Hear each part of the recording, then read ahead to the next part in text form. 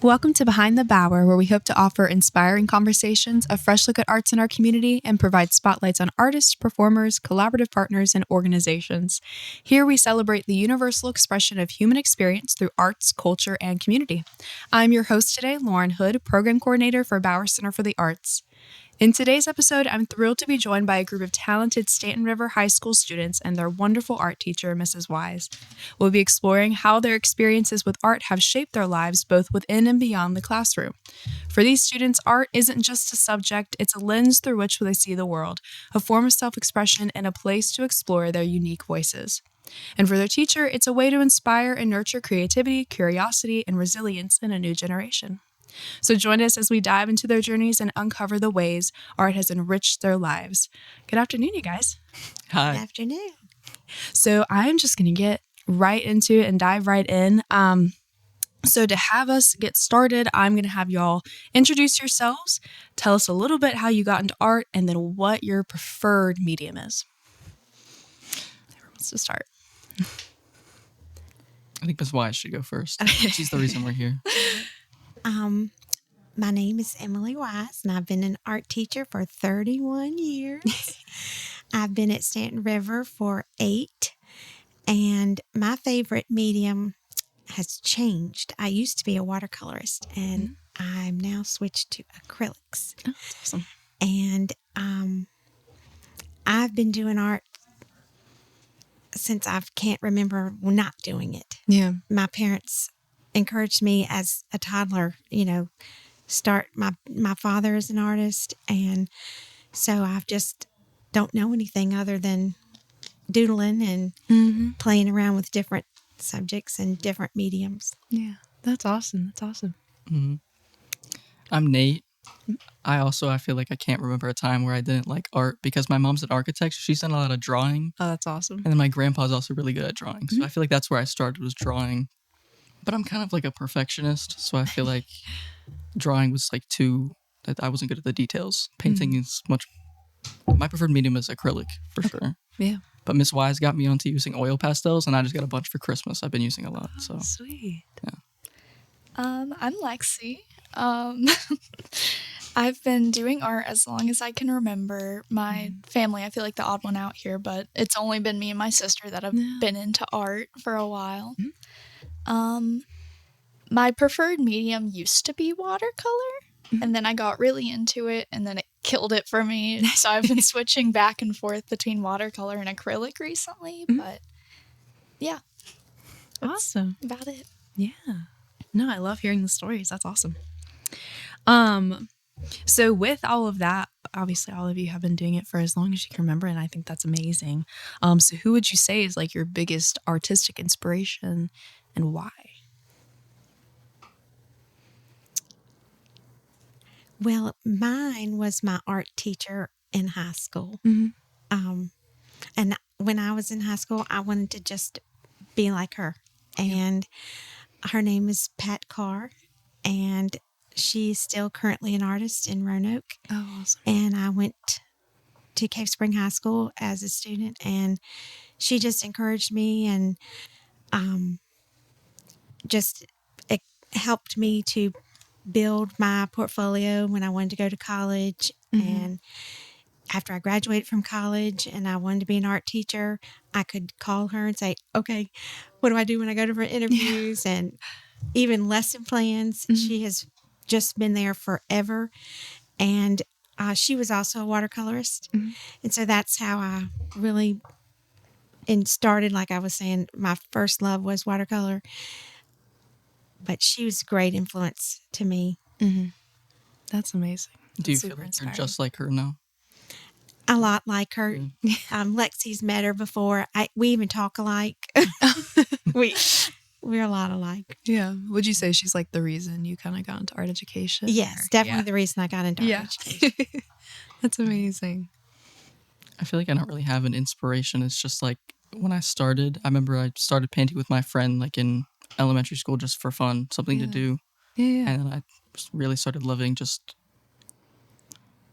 creating stuff. But I feel like every time I created anything, I would kind of copy stuff. And then I slowly started to make my own stuff. That's awesome.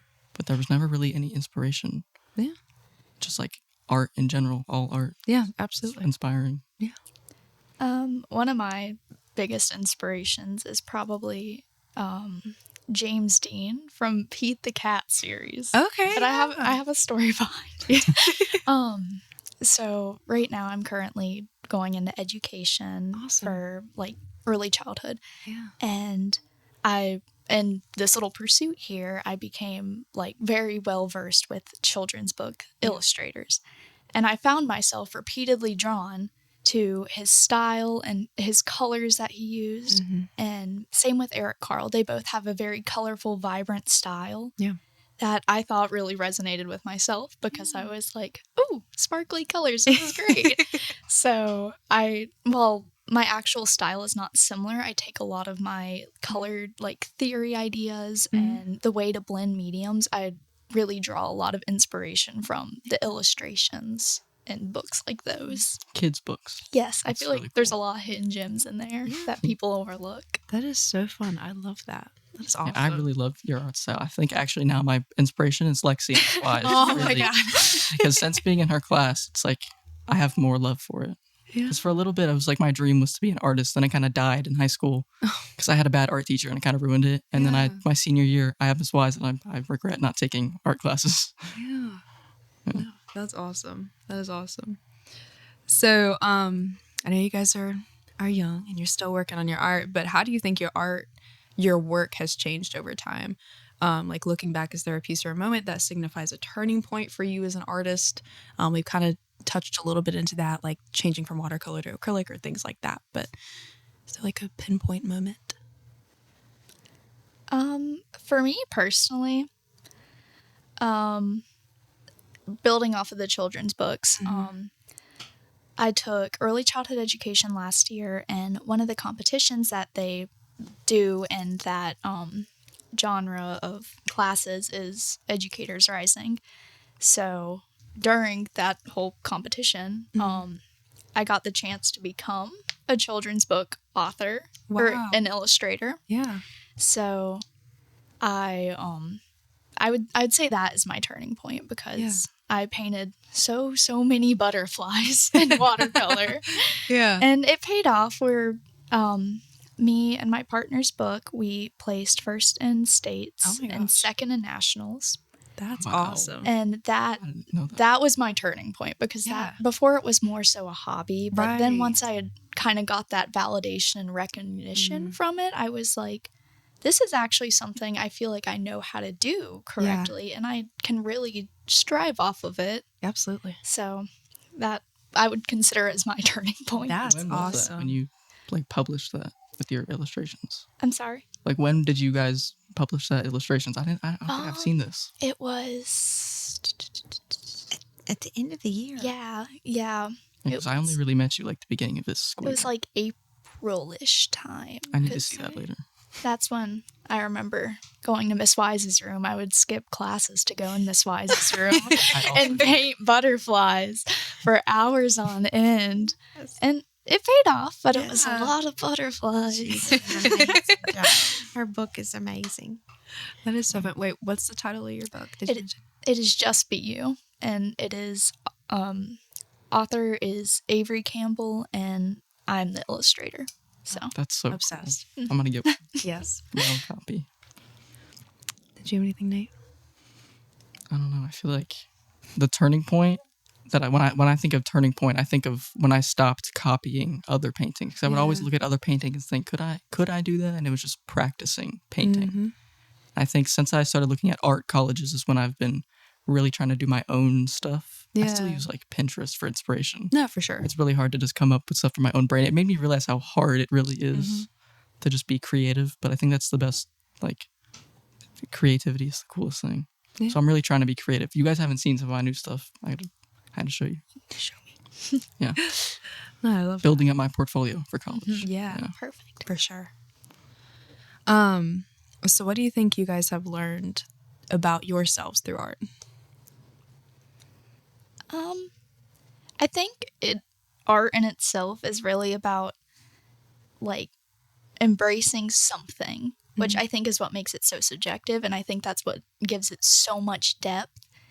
And like for me personally, I love embracing myself through like colors, different mediums. Like I want to put everything about myself on a canvas, slap it down, and then that also in return makes me as a person want to like portray this that I want to be, just not like it's made me want to express myself like how I want to express myself through art. So it has given me a lot more self-confidence. It's kind of forced me outside my bubble, and I think that has helped a lot. That's awesome. I think it made me realize, this is like, anybody that knows me would not agree with me, but it made me realize I'm like a perfectionist a little bit. Definitely about art, because I'm like I'm kind of messy, but like when it comes to the art, it needs to be exactly how I want it to be, or I just get like upset.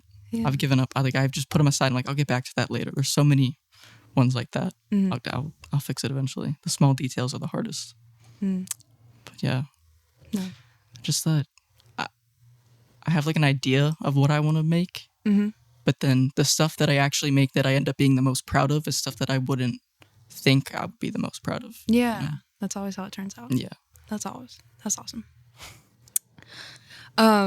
So imagine you were hosting your own art exhibit anywhere in the world. Where would it be, and what would the theme be? It's a hard question. I feel like I want it to be in Italy somewhere, like on a beach.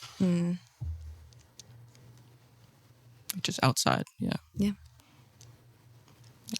80s style Italy. There you go. Very niche. I love it. I think I would probably, I don't really have a specific area or country or whatever like I would want it to be, but I would like to have just a cozy little corner in like downtown wherever. Just have a little rented little cubby, and I can just stick everything up and make it all cute and just leave it. Just I get that in my room right now, like my little art corner. Yeah. Actually, I have 2 paintings I bought from both of them at like it was just like it was a craft show. And I went, and it was so exciting, and I have them on my walls. And I look at them all the time, and it like inspires me. It's precious. Yeah, I love them. Awesome. Yeah. Love that you guys are supporting each other. It's so sweet. Okay, well, thank you guys, and we'll get back to some questions for you, but now I have some questions for Miss Wise. So what has been your favorite part about guiding these students through their artistic development? Well, I love watching them grow and especially become more confident in their work and willing to try new things. And it's fun to see them solve problems. That's a big part, I think, of art, some problem solving, and how are you going to turn that, if you do make a mistake, how can you turn this into something else instead of throwing the paper away or starting over? Yeah. No, absolutely. How do you think teaching art to high schoolers has influenced your own perspective on creativity and art making? Well, I like to do the projects with them. Oh, that's awesome. So I work alongside them. If I have them assign a certain project, then I do it too. Yeah. And they like to see what I'm going to come up with. I like to see what they're going to come up with. I just enjoy being in there with them. Yeah. We learn together, you know. Yeah, absolutely. She has the funnest room, too. Yes. So much stuff. Fun. No, I think that's so important because, like, I was thinking about this today about, like, you know, I was going over my questions and just thinking about kind of reminiscing on high school, which has been so long ago. And I was thinking about like all the things that I was involved in high school, and then getting as an adult, like we're not necessarily as obviously as involved because there's not like a ton of open opportunities for that once you get older.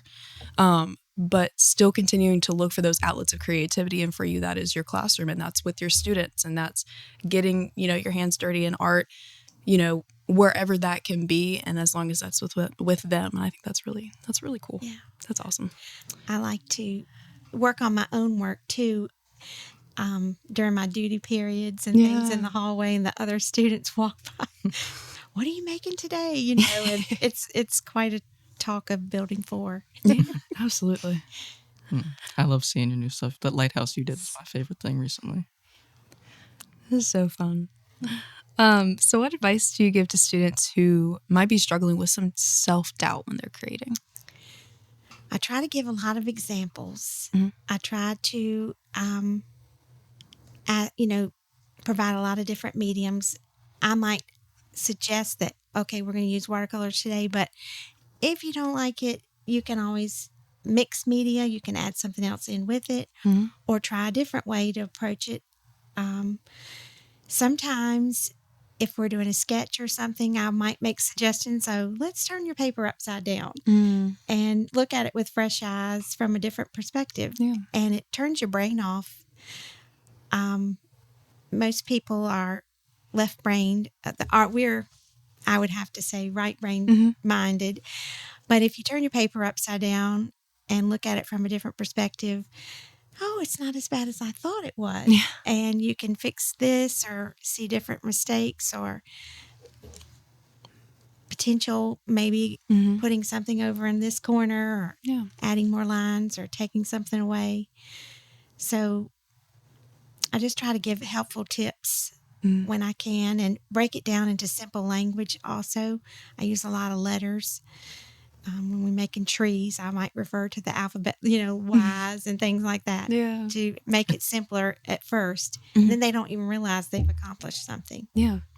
Yeah, it's not just simply like giving them the answers, it's giving them the opportunity to figure that all out by themselves and The use their problem creativity. solving. Yeah, absolutely. Yeah, that helped me a lot in her class. I discovered that if I put my paintings like in the mirror and they mirrors it helps me figure out what I need to do. No, that's awesome. So what are your hopes for your students post high school, and how do you hope art will continue to play a role in their lives?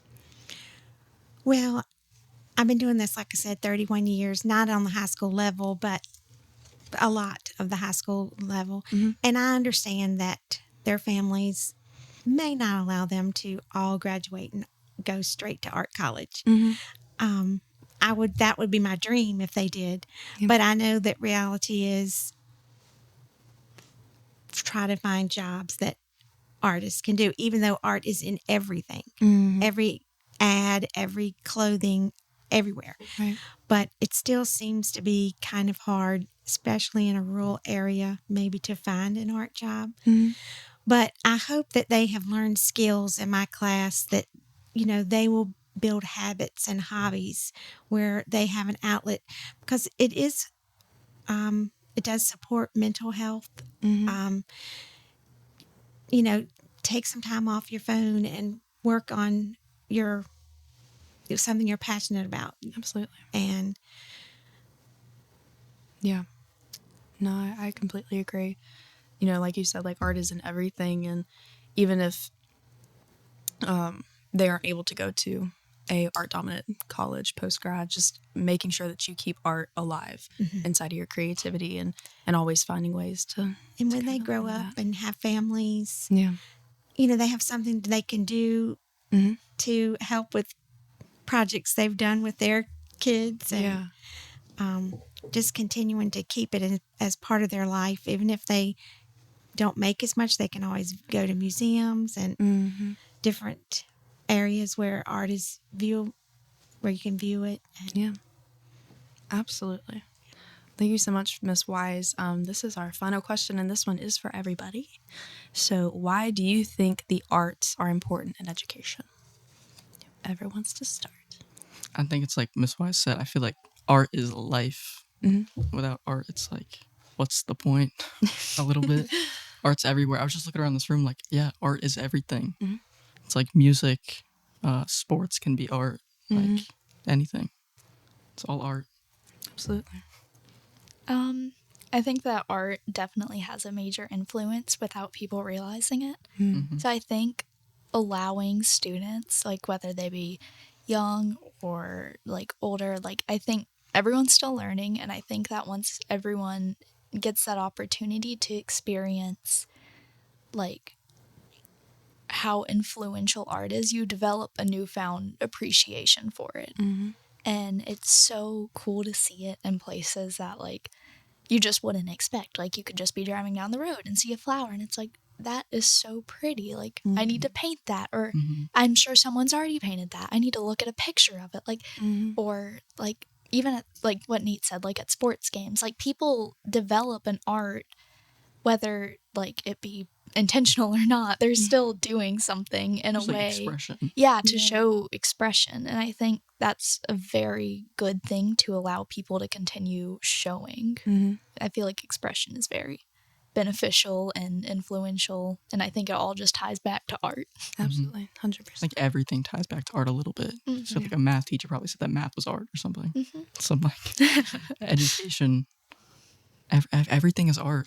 I don't know. It is. Yeah, Absolutely. I agree. I had written a few things down that was good for self-expression, valuable skills of problem solving. It helps with mental health, fine motor skills, Yeah. improving your confidence. And also, I think it's important to reflect on what you do. How could you change what you made or improve it or take away? Or if you got to do it over again, what would you do this time? And just reflection is a high priority for me that I try to instill in the students also, to write about what they've done, what materials they liked, what medium, Yeah. just and expose them as much as I can to all the different ways to be creative. Absolutely. I think it's important for kids too that don't usually like art and then they take an art class because they think it's going to be easy and they actually end up really enjoying it. Yeah. That's kind of what happened to me a little bit because I've always enjoyed art, but it was never something that I thought could be serious. It was just kind of for fun. It's always just been for fun. Yeah. That's For always me. my favorite lore, is when they go in like not thinking that they're going to do anything with it and then they end up like obsessed. That really is like when I was in school, I was a lot more socially awkward than I am now. And I was like to the point where if I had to explain the feeling of like me being around people, it was like absolutely like terrified, like petrified. And so I had like this serious social anxiety growing up. And I was not in the visual arts. I was in the performing arts. And so like theater, singing, dancing, I did it all the time, 24/7.